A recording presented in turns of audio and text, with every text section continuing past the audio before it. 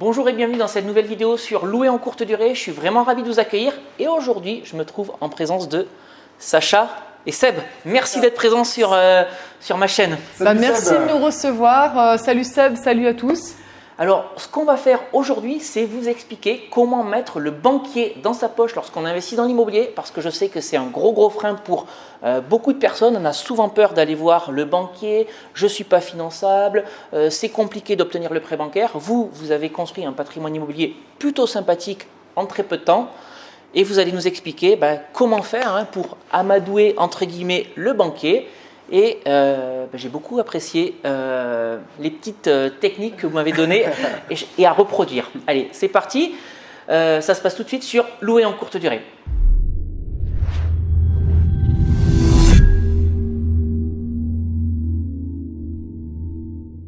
Alors Sacha et Seb, merci d'être présents aujourd'hui. Rappelez-nous rapidement ce que vous faites dans l'immobilier et puis dites-nous comment mettre le banquier dans sa poche. Donc nous, c'est Sacha et Seb, on est un couple de 30 ans on habite Lille, dans le nord de la France. C'est des investisseurs malins, je pense. Oui. C'est ça. Et en juin 2015, on a décidé de passer massivement à l'action parce qu'on n'avait pas assez de temps pour nous, on travaillait énormément et on a étudié plusieurs solutions et on s'est très vite focalisé sur l'immobilier avec notamment une stratégie de colocation qu'on a reproduit. Et fatalement, quand on veut investir en masse et rapidement, il y a le problème du banquier qui arrive assez vite, on va dire. Et c'est vrai qu'on a mis en place des stratégies, comme tu l'as dit, intéressantes, même parfois rigolotes, oui. Pour avoir un bon partenariat avec le banquier. Oui, c'est sûr. Et donc voilà, donc c'est ce qu'on a fait. Voilà. Donc, parce que ce qu'il faut dire quand même, c'est que vous faites de la colocation, donc forcément, ce n'est pas des projets immobiliers de petite envergure, ce n'est pas le studio, donc forcément, c'est de grosses surfaces avec de gros travaux. Et ce qu'on pourrait se dire, ouais, mais aller chercher 100 000, 200 000, 300 000, 400 000 euros, même voire peut-être plus. C'est 1,2 million d'encours. Voilà, 1,2 million d'encours, c'est compliqué. J'ai beaucoup de personnes qui m'écrivent et qui me disent, moi, j'investis pas dans l'immobilier parce que le banquier, de toute façon, il dira non. Comment est-ce qu'on fait? Déjà, je pense que la première façon d'obtenir le oui du banquier, c'est d'aller le voir. Ah bah ça c'est clair. Alors, quelle est votre stratégie? Alors déjà, la première des choses, c'est les personnes qui t'écrivent combien de banques ils ont été voir. Est-ce qu'ils ont été voir une banque, deux banques, trois banques? Parce que nous, clairement, à chaque fois qu'on veut investir, au départ, en tout cas, on faisait 15-20 banques et on se faisait refouler de partout. Alors en fait, le premier investissement est facile, enfin facile entre guillemets, si tu fais les choses bien, parce que tu n'as pas de crédit en cours et au niveau du risque, parce que la banque c'est un gestionnaire de risque, il y a beaucoup moins de risques au premier investissement, donc on va dire que c'est plutôt facile. Donc là, nous on est passé par un courtier pour le premier, c'est passé, on va dire plutôt bien. Et c'est au fur et à mesure, quand on a de plus en plus de crédits en cours, que ça se complique, parce que pour la banque, il y a de plus en plus de risques, donc on se prend de plus en plus de non. Et donc là, on a vu que les limites du courtier, déjà dans un premier temps, c'est que le courtier, c'est comme n'importe qui. Quand un dossier devient de plus en plus compliqué, il préfère traiter les dossiers les plus simples. Et ouais, malheureusement, je pense que le courtier préfère aller financer la résidence principale de quelqu'un qui n'a aucun crédit immobilier. Ça, c'est très simple. Alors que vous, qui avez déjà un parc assez conséquent, ce sera un non direct. Ah oui, c'est sûr. Voilà, il est payé à la com, donc il va à la facilité. Donc, okay. C'est pas grave, t'as glissé, c'est pas grave. C'est le fait de penser au courtier, ça m'a titillé, quoi. Et du coup, après le courtier, ce qu'on a fait, c'est que là, il faut se dire, ok, le courtier te dit non, tu vas voir les banques toi-même et tu as énormément de refus. Comment faire pour te faire financer beaucoup plus? Et donc nous, on a développé des petites stratégies, notamment, on s'est dit, ok, donc dans le monde de l'entreprise, comment les gens font pour se faire financer? Et en fait, clairement, c'est parce que le banquier, ça devient un partenaire financier. Donc, première des choses, c'est d'aller le voir régulièrement et à chaque fois qu'il te finance, eh bien, tu le remercies. C'est tout bête, mais alors un banquier, il va se faire chier à monter ton dossier, rassembler les pièces, etc. Il va beaucoup travailler sur ton dossier et à la fin, personne ne le remercie. Donc déjà, tu as fait une différence là-dessus. Par exemple, tu lui envoies des fleurs, rien que tu vas le voir et tu lui dis merci d'avoir fait passer mon dossier, etc. Déjà, il va se sentir valorisé. Deuxième chose, un banquier, il n'a pas que ça à faire que de courir après toutes les pièces justificatives. Donc, quand tu vas le voir, tous les papiers sont présents, tout trié dans des pochettes spécifiques à chaque truc. L'identité, les comptes courants, les comptes épargne, les investissements que tu as déjà en cours triés par investissement. Donc, tu lui facilites le travail. Voilà, déjà il travaille moins, donc ça c'est une bonne chose. Ensuite, on lui fait un dossier. Tu en as un aussi que tu proposes. Le dossier, quand tu as beaucoup d'investissements, c'est obligatoire, comme ça tu tries. Et le banquier, comme ça, il voit un peu mieux. De toi. Voilà. Et aussi, ce qu'il faut comprendre, c'est qu'il y a aussi l'humain qui rentre énormément en ligne de compte. Il faut que le banquier ait confiance en toi. Donc, s'il a confiance en toi, fatalement, il va te défendre auprès de la hiérarchie. Et il aura moins peur parce qu'un banquier, il gère un risque. Donc, on a l'impression que le risque est moins grand si j'ai vraiment confiance en la personne. Et c'est pour ça qu'il faut travailler le partenariat long terme. Donc, voilà. Donc, nous, c'est fini les courtiers. Parce que là, on arrive à un parc immobilier, on est passé de 0 à 1,5 million d'euros de parc. Donc, avec cette taille-là, les courtiers, c'est plus possible.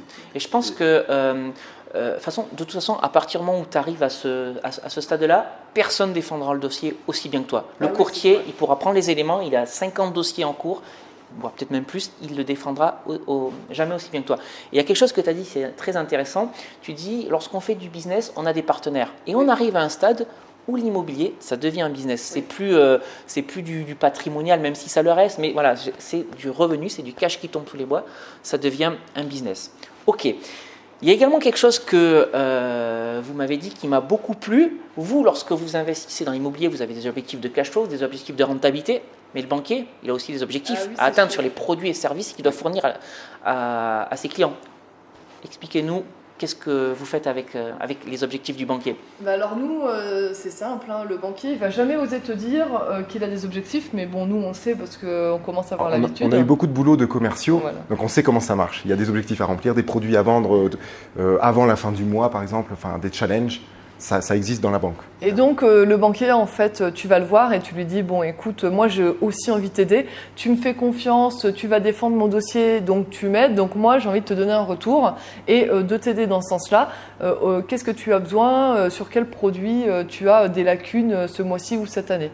Et en général, il va être un peu gêné, il va te dire, ben non, j'ai pas de produit et tout. Et là, il faut que tu rentres un peu dans son cercle en lui disant, ben écoute, moi, j'étais avant dans le commerce, je sais comment ça se passe.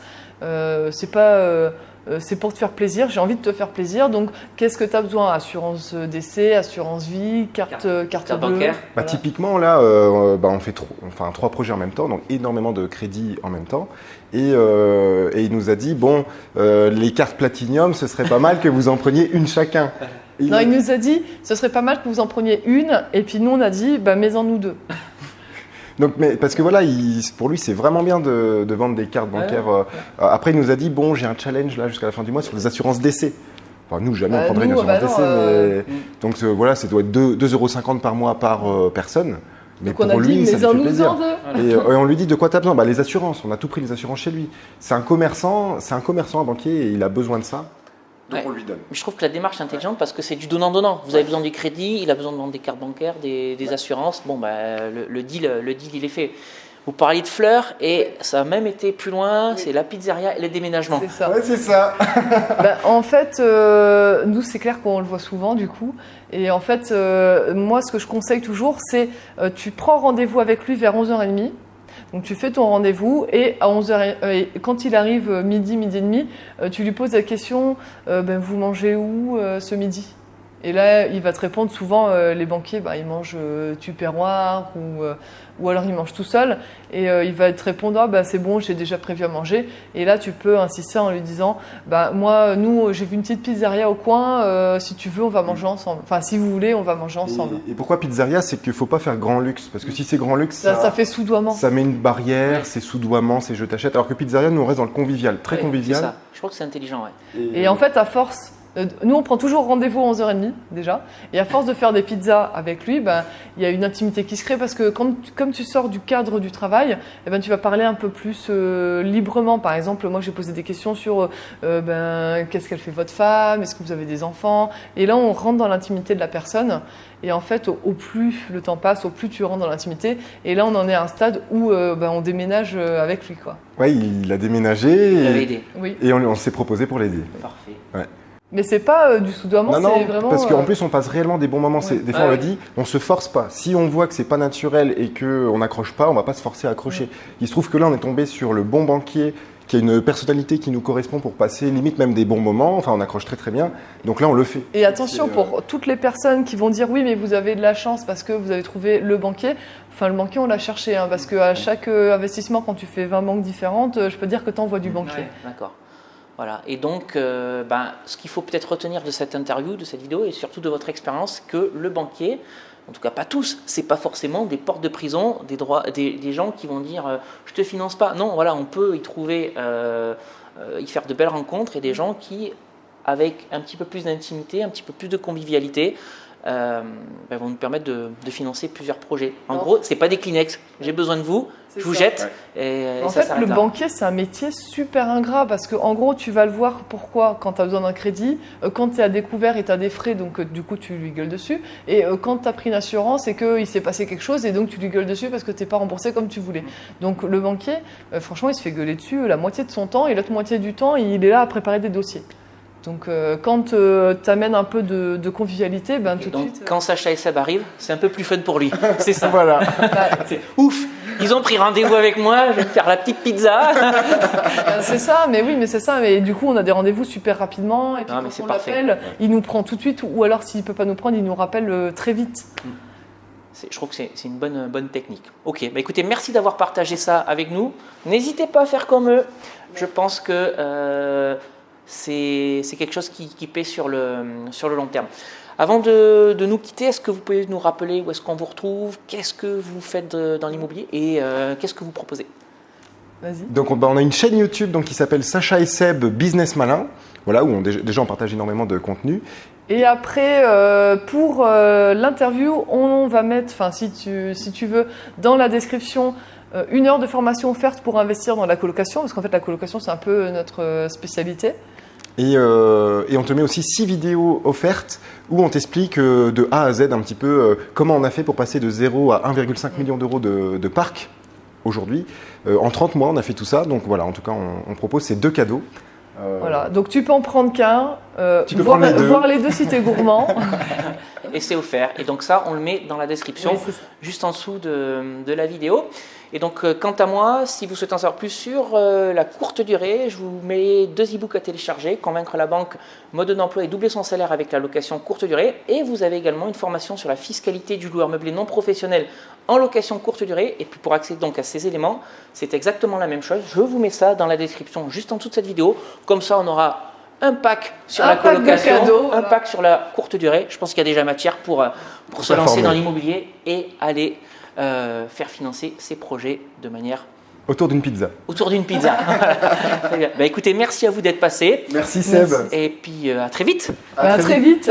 Et puis à très vite sur louer en courte durée. Bye bye, ciao. Salut. Salut.